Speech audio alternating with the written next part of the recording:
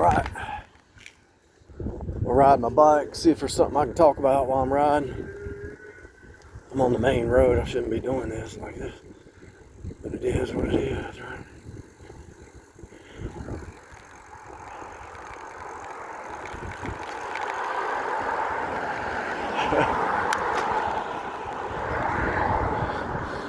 The good thing about these electric bikes, if you get tired, you can just turn the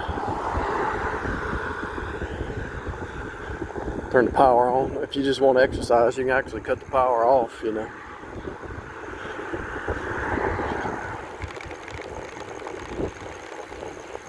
I'm thinking about working hard to save up to get me a upgrade, get me a nicer one. I really enjoy, I think that tire needs some air. I really enjoy riding an electric bike. It's pretty cool, to be honest with you.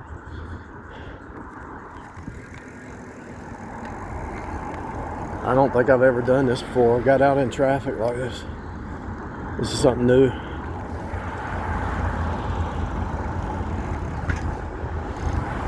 Let's see what happens.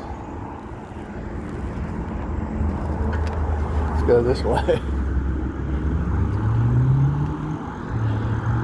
Let's do something different.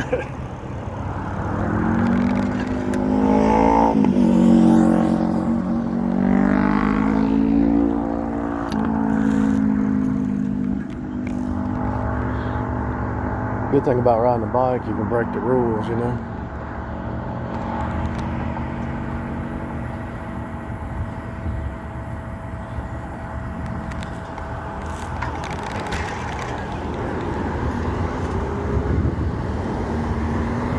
Just to make it clear, in case people have never ridden an electric bike, they make them, they're just pure electric, but this one here, and most of them, I think, you pedal to get to, you have to pedal even if you're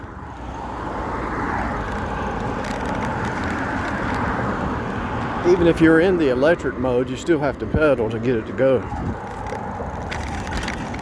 So it's good exercise either way.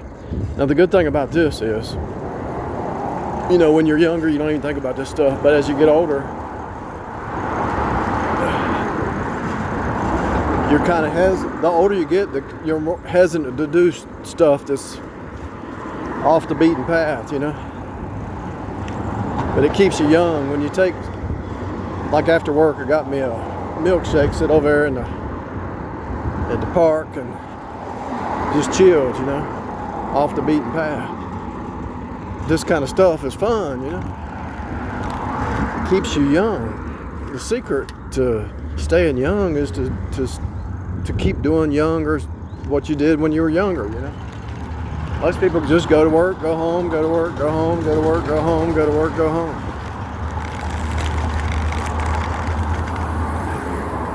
You gotta try something different in life till the day you die, because if you don't try new stuff, you're not growing, you know.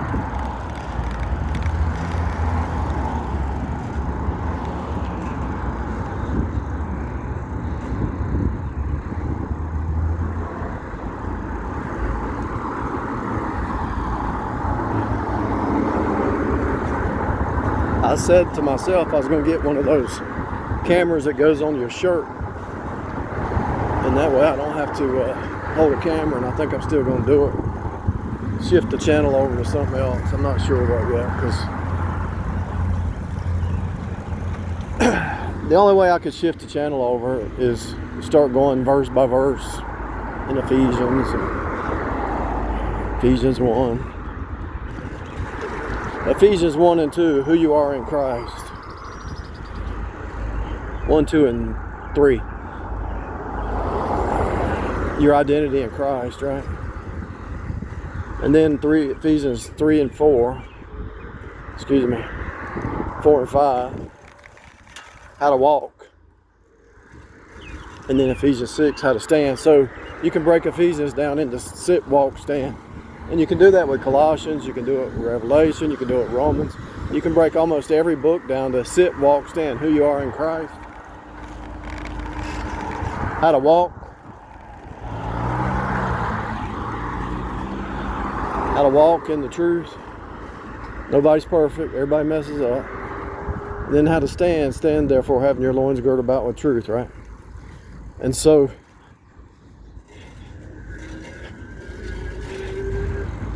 the breastplate of righteousness, the shield of faith. What is it? The gospel of peace. Because you wrestle, it says in Ephesians 6, you wrestle not against flesh and blood. So a human is not your enemy. The principalities and the powers behind the human is your enemy. And the Greek word is the cosmokrators, and it's also the archons.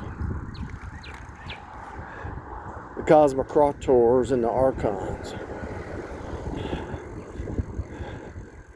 You might think, well, this is not even balancing your wrist, you're building strength in your wrist and all that.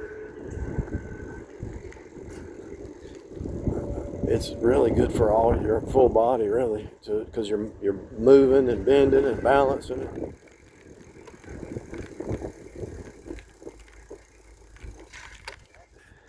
Ephesians 1 talks about predestination. God knew you before the foundation of the world. It all points to Jesus. If you go to Hebrews chapter 1, you'll see it's all about Jesus. Moses pointed to Jesus. Paul pointed to Jesus. The great patriarchs of the faith pointed to Jesus. John the Baptist pointed to Jesus. All the great men of faith pointed to Jesus. Hebrews, and the women of faith too. Hebrews 11 talks about the men and women of faith, right?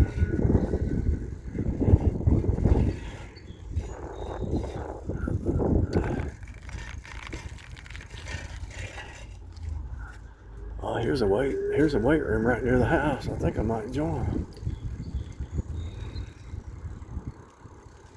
That might be the ticket right there. Wonder how much it is. Because you don't want to go to a big crazy gym that's locked you into a monthly payment, you know.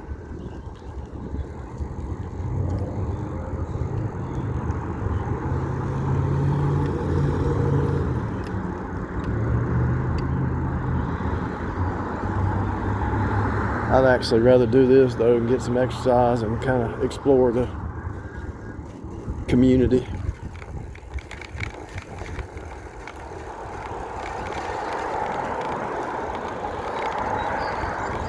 The system does not want you to stay young at all. The system does not want you to think young and think outside the box. It just wants you to live in some kind of corporate bubble, fake reality bubble, corporate fake reality bubble.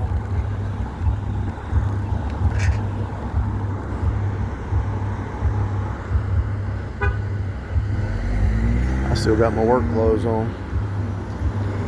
I walk a lot at work, and I pretty much get my full day exercise at work, but I want to build my leg muscles up more.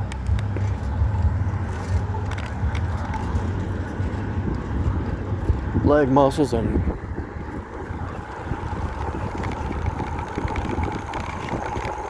back. I'm trying to build my back muscle up. Last year I hurt my back, and I'm still building it up.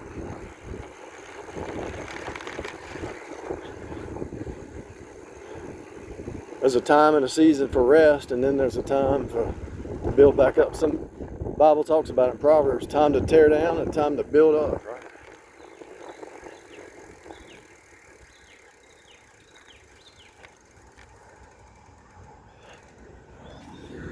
I might come over here and take me a class, even if I have to audit the Spanish class.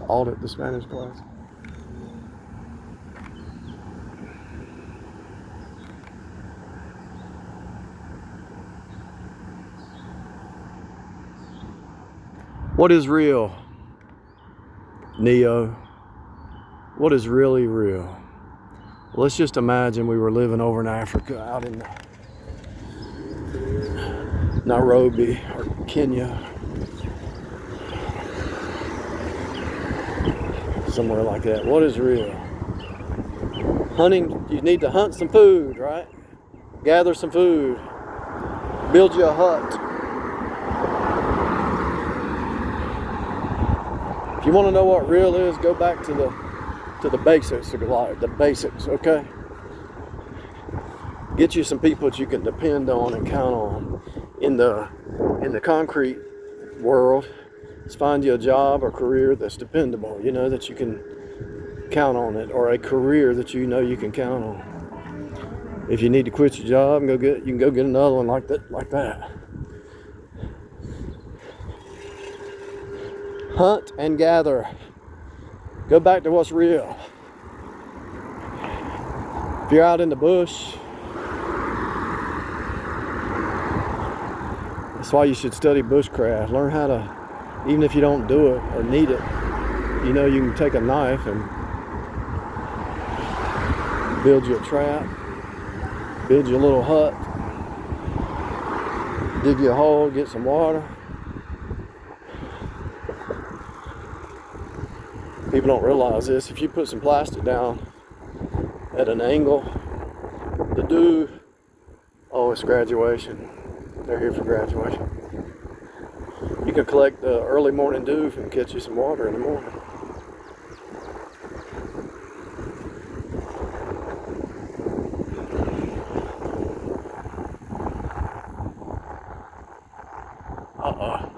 Got 2 bars of a piece of metal in the road. 2 bars of battery. I don't know how far out I can go. We'll see.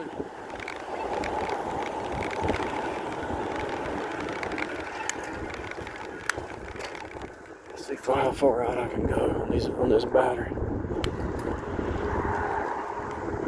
But see, even with electric, I'm on electric, and see, I'm still pedaling, so I'm still getting exercise. Because when you pedal, it turns the battery on.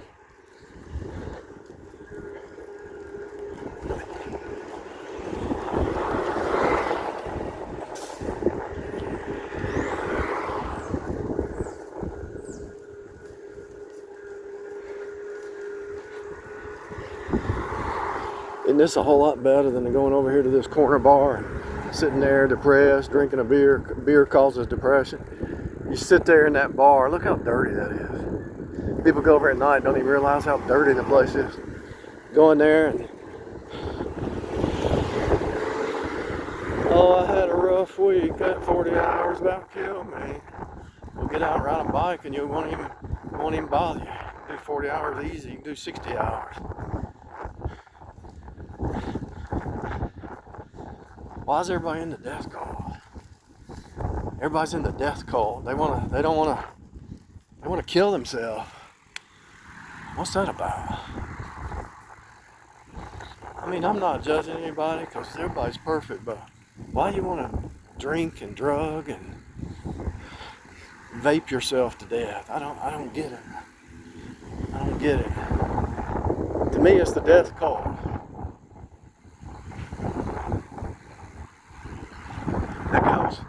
That guy was pushing his electric bike because I guess his battery died. The good thing about this bike is not that heavy and you can put it in first gear and be good to go.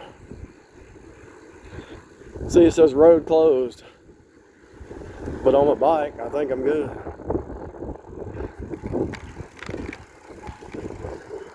It's completely closed.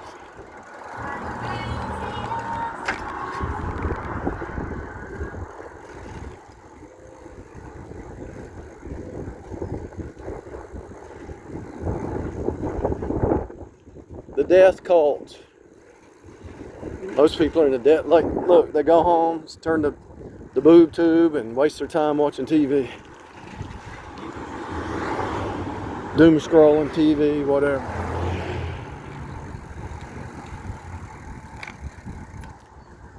I'd rather be doing rideshare and making some money, you know.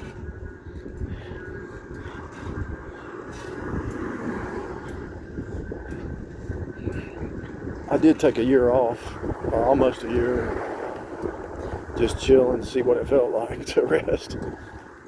And the problem is when you take time off, you get in trouble.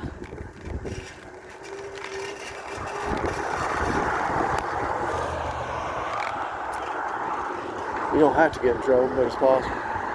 Get in trouble because you're not vigilant.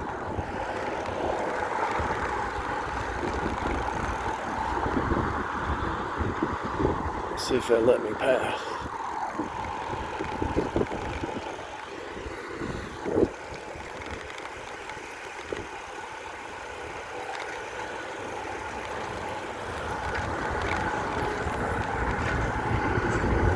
This is where I wanted to go, this little park.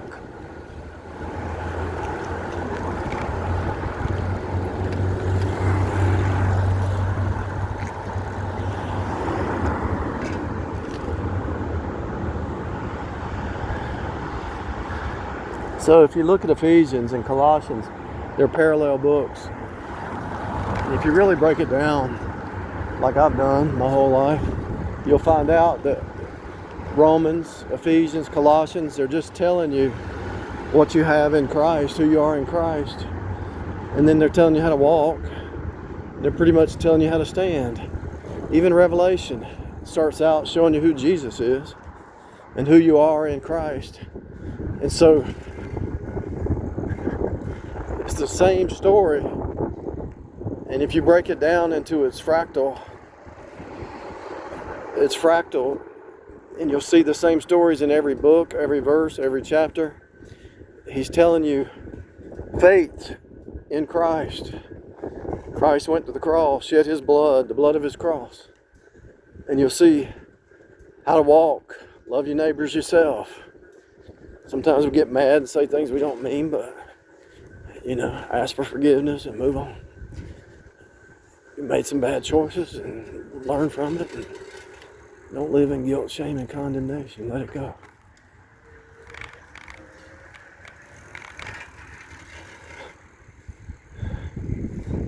Let it ride. You could actually go, if you had a knife, you could go and build you a little shelter up in there.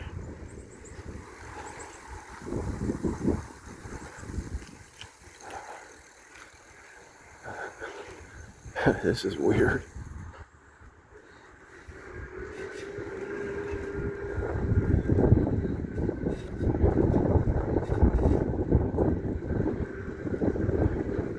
Look at all the money they spent just on this little walkway here. You saw how short it is.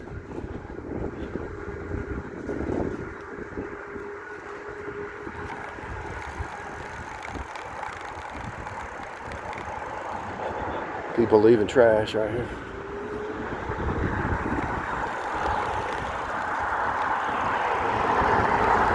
Now it's getting dangerous. I might have to cut the phone off here in a minute. This is starting to get dangerous. These people are crazy at 5 o'clock.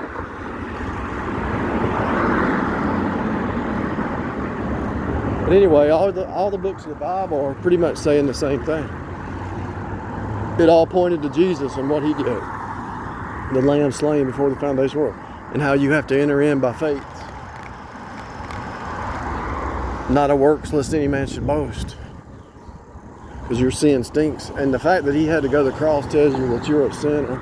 And you can't project it on the other people. Here's the biggest thing I've learned lately.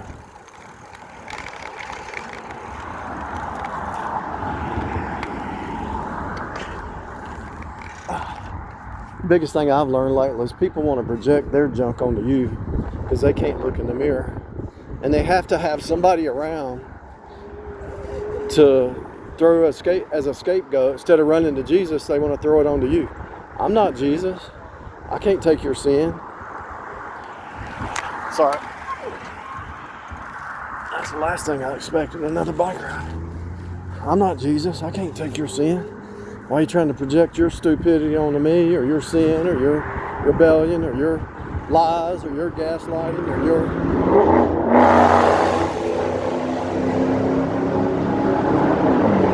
your temper? Why are you trying to blame somebody else for your temper? Why are you trying to blame somebody else for your lies, and games, and sin? Why are you trying to project it onto somebody else? I don't care who you are. There comes a point in your life at a certain age, when you hit a certain age where you can't blame somebody else for your junk. You're going to have to take responsibility.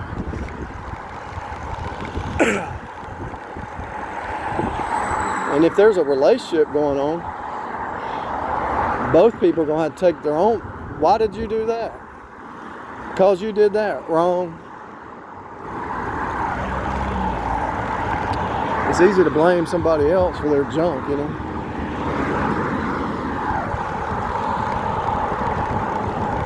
When you're in I've seen it on the job too. Somebody will be corrected, right? And call them out on something. And then they'll shift responsibility and blame it on somebody else. That's sick.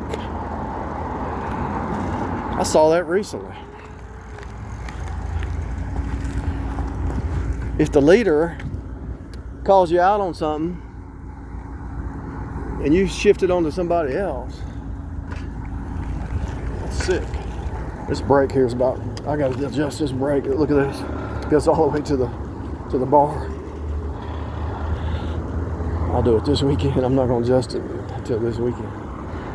But this thing about projecting your sin and your mistakes and your anger and your temper and your blasphemy and loud mouth and whatever you want to call it,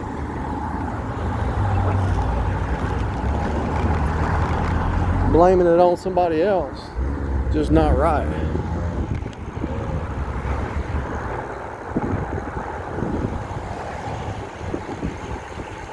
I'm gonna get off that main road. Blaming your stuff onto somebody else tells you that you're either not saved, you're childish, you don't want any responsibility. And this is why some people, they can never be alone. You can know people who, you can tell when you meet somebody that can't be by themselves.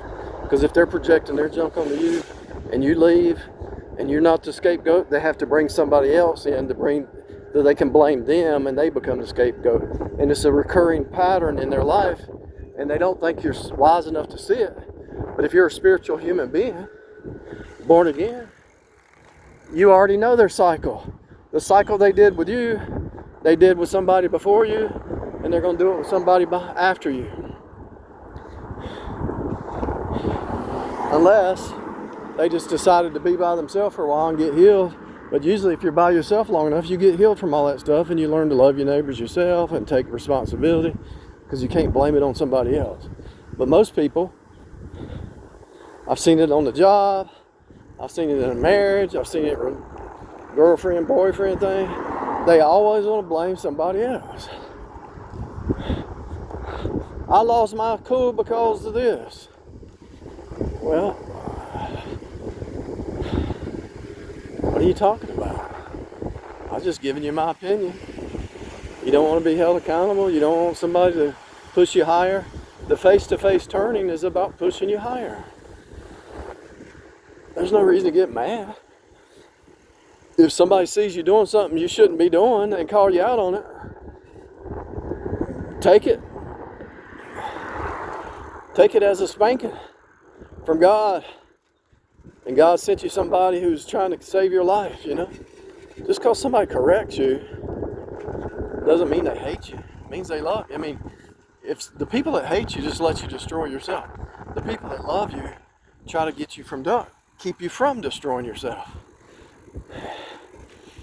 The people that hate you let you run the streets and drug and drink and act stupid and act crazy and get yourself in trouble and spend your money on stupid stuff and destroy your health. Those people that let you do that, they hate you. But the ones that really love you are going to call you out on your junk to keep you in line. But everybody's got it flipped. They don't think that's love. Yeah, there's such thing as romantic love, but there's also such thing as agape love. And agape love says,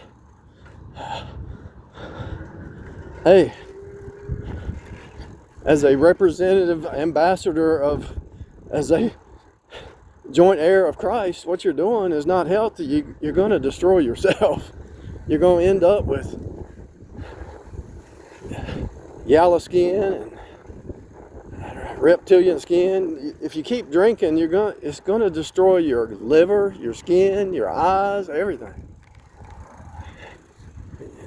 Diabetes or whatever. people see that as not love. They see that as you're trying to be a killjoy and steal my happiness.